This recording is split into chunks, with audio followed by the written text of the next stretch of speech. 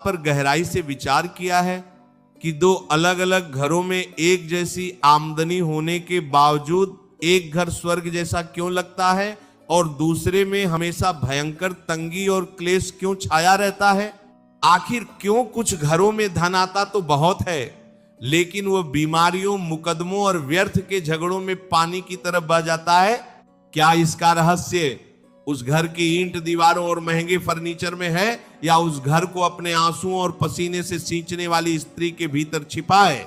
मेरे प्यारे भक्तों, यह संसार जिसे हम सत्य मानकर बैठे हैं, यह केवल एक सराय है।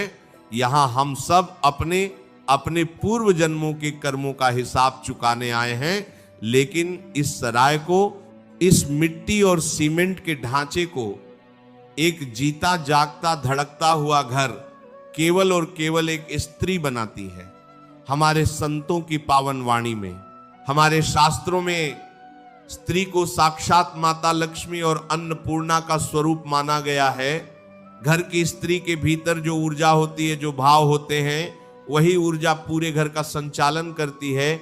यदि स्त्री के विचार पवित्र हैं तो एक छोटी सी टूटी हुई झोपड़ी भी साक्षात वैकुंठ बन जाती है, और यदि स्त्री के कर्म दिशाहीन हैं तो सोने का महल भी नर्क बनने में एक पल नहीं लगाता।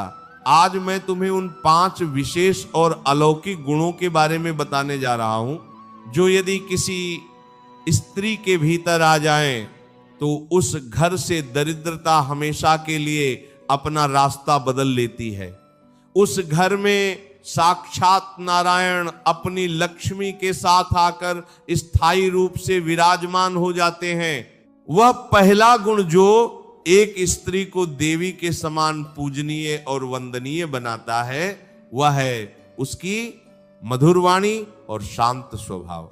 मेरे प्यारे भक्तों, इस वाणी में बहुत बड़ी आध्यात्मिक शक्ति होती है।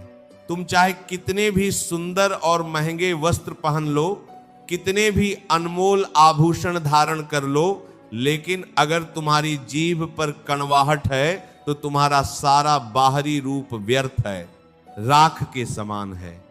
जिस घर की स्त्री बात बात पर चीखती चिल्लाती है, छोटी छोटी बातों पर अपशब्द बोलती है, अपने पति का, सास ससुर का या बच्चों का अपमान करती है, उस घर को बर्बाद होने के लिए किसी बाहरी दुश्मन या बुरी नजर की जरूरत नहीं पड़ती। क्रोध और कद्वी वाणी साक्षात लक्ष्मी को बुलावा देते हैं। इसके विपरीत जिस स्त्री की वाणी में मिठास है, जो विपरीत परिस्थितियों में भी अपना धैर्य नहीं खोती, और अगर घर में कोई भारी तनाव हो भी जाए तो वह अपनी समझदारी और मौन से उस क्रोध की आग को तुरंत बुझा देती है, वह घर देवताओं को भी प्रिय होता है। जब एक स्त्री मुस्कुराकर और निस्वार्थ प्रेम से अपने परिवार को संभालती है तो उस घर के पुरुष का आत्मविश्वास 100 गुना बढ़ जाता है। वह दुनिया की हर मुसीबत, हर तूफान से लड़कर अपने परिवार के लिए खुशियां ला सकता है। तुम्हारी मीठी वाणी उस शीतल मरहम की तरह है जो दुनिया की भागदौड़ से थक हार कर घर लौटे एक इंसान के सारे दुखों और चिंताओं को पल भर में हर लेती है। दूसरा सबसे बड़ा गुण है संतोष और घर को सूझबूझ से चलाना। आज के इस दिखावे वाले समय की सबसे बड़ी बीमारी क्या है? व्यर्थ की तुलना। मेरी पतोसन के पास नई साली आ गई तो मुझे भी चाहिए। मेरी सहेली ने नया गहना बनवाया है तो मुझे भी बनवाना है, चाहे पति को इसके लिए भारी कर्ज ही क्यों न लेना पड़े। जो स्त्री अपने पति की मेहनत और पसीने की कमाई से हमेशा असंतुष्ट रहती है, जो हर समय दूसरों से अपनी तुलना करती है, उसके घर से शांति हमेशा के लिए विदा हो जाती है। लेकिन जिस स्त्री के भीतर संतोष का परम धन है, जो अपने पति की कमाई की कद्र करती है, वह कभी दरिद्र नहीं हो सकती। एक नगर में एक बहुत गरीब लेकिन भगवान का परम भक्त इंसान रहता था। उसकी पत्नी बहुत ही संतोषी, गुणवान और पतिव्रता थी। वह जो भी रूखा सूखा मांग कर लाता, वह उसमें से पहले अपने ठाकुर जी को भोग लगाती और फिर दोनों पति पत्नी अत्यंत प्रेम से उसे ग्रहण कर लेते। एक दिन उस व्यक्ति को भिक्षा में कुछ भी नहीं मिला और वह हताश होकर खाली हाथ घर लौट आया। रास्ते भर वह सोचता रहा कि आज पत्नी बहुत क्रोधित होगी, लेकिन जब वो घर पहुंचा तो पत्नी ने हमेशा की तरह मुस्कुराकर उसका स्वागत किया और बहुत ही प्रेम से कहा, स्वामी आज तो बहुत शुभ दिन है, आज हमें एकादशी का व्रत करने का अवसर भगवान ने बिना मांगे ही दे दिया, हमें तो भगवान का धन्यवाद करना चाहिए। उस स्त्री के इस अद्भुत संतोष और पवित्र भाव को देखकर साक्षात भगवान प्रसन्न हो गए। अगले ही दिन से उनके जीवन में ऐसा चमत्कार हुआ कि उनका घर धन धान्य और सुख समृद्धि से भर गया। संतोष वह पारसमणि है जो तुम्हारी हर परिस्थिति को आनंद में बदल देता है।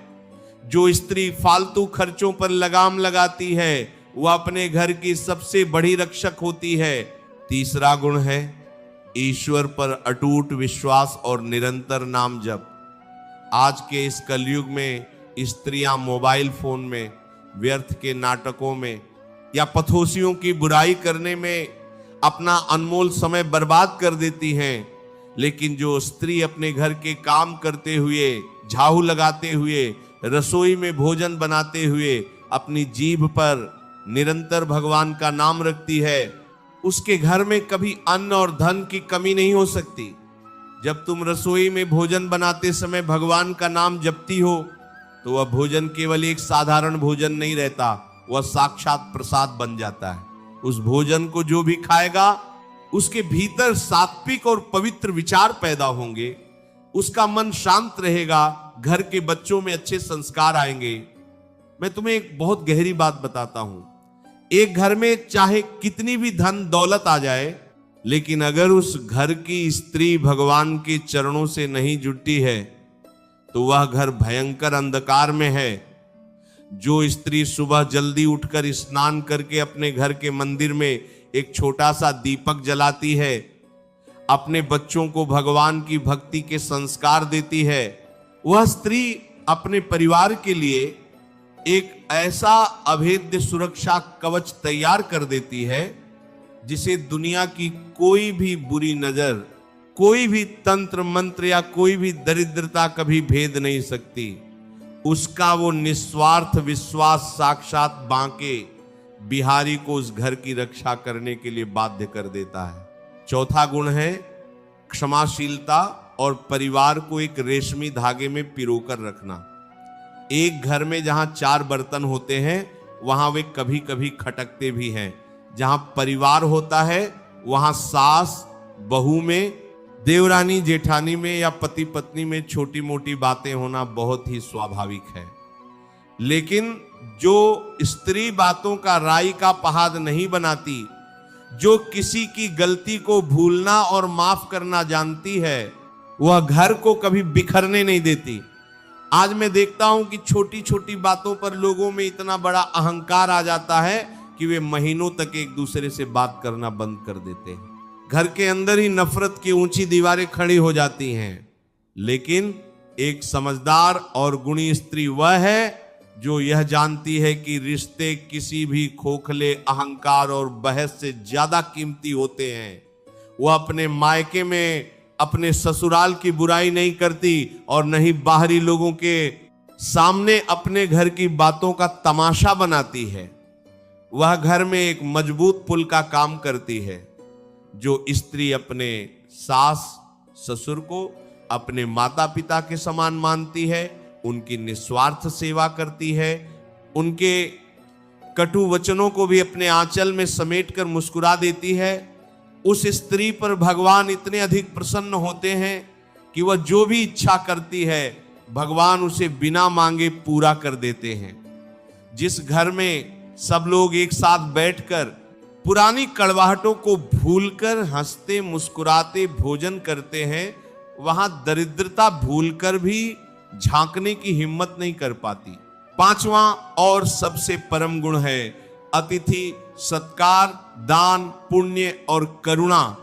हमारे शास्त्रों में यह बात बार बार दोहराई गई है कि अतिथि भगवान का रूप होता है।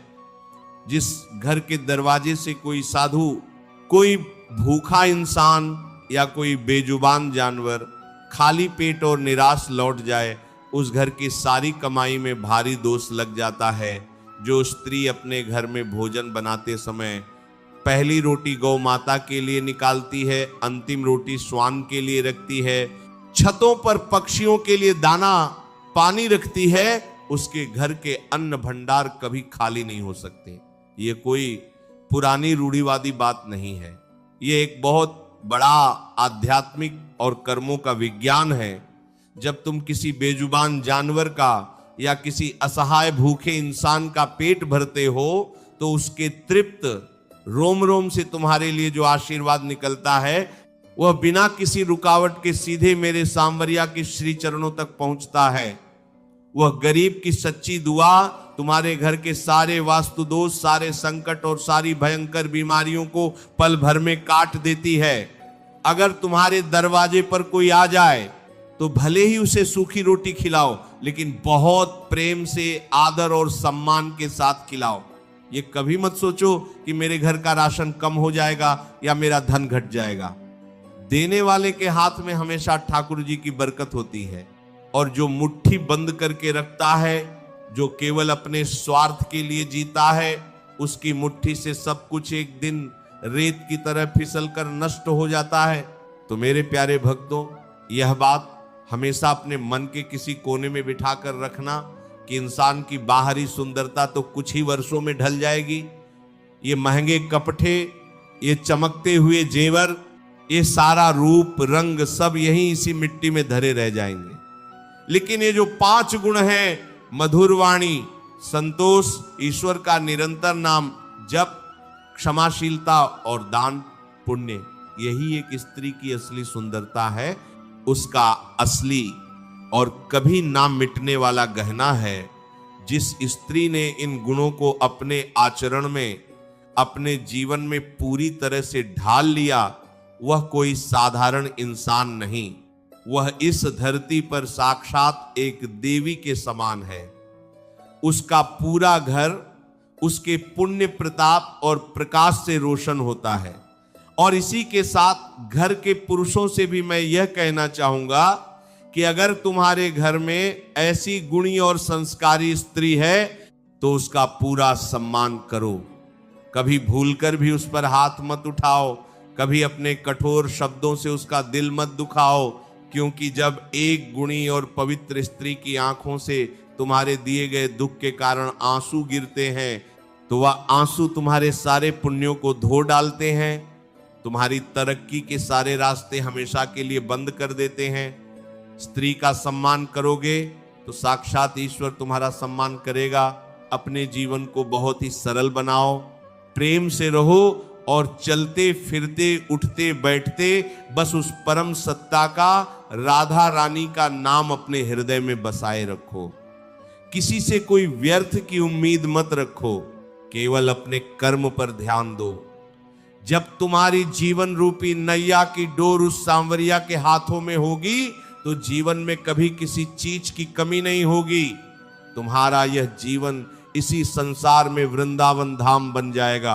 अगर ये वीडियो आपको अच्छा लगा हो तो वीडियो को लाइक करके चैनल को सब्सक्राइब जरूर करें, बेल आइकन दबाना न भूलें, ताकि ऐसी ही आध्यात्मिक और प्रेरणादायक बातें आप तक पहुंचती रहें।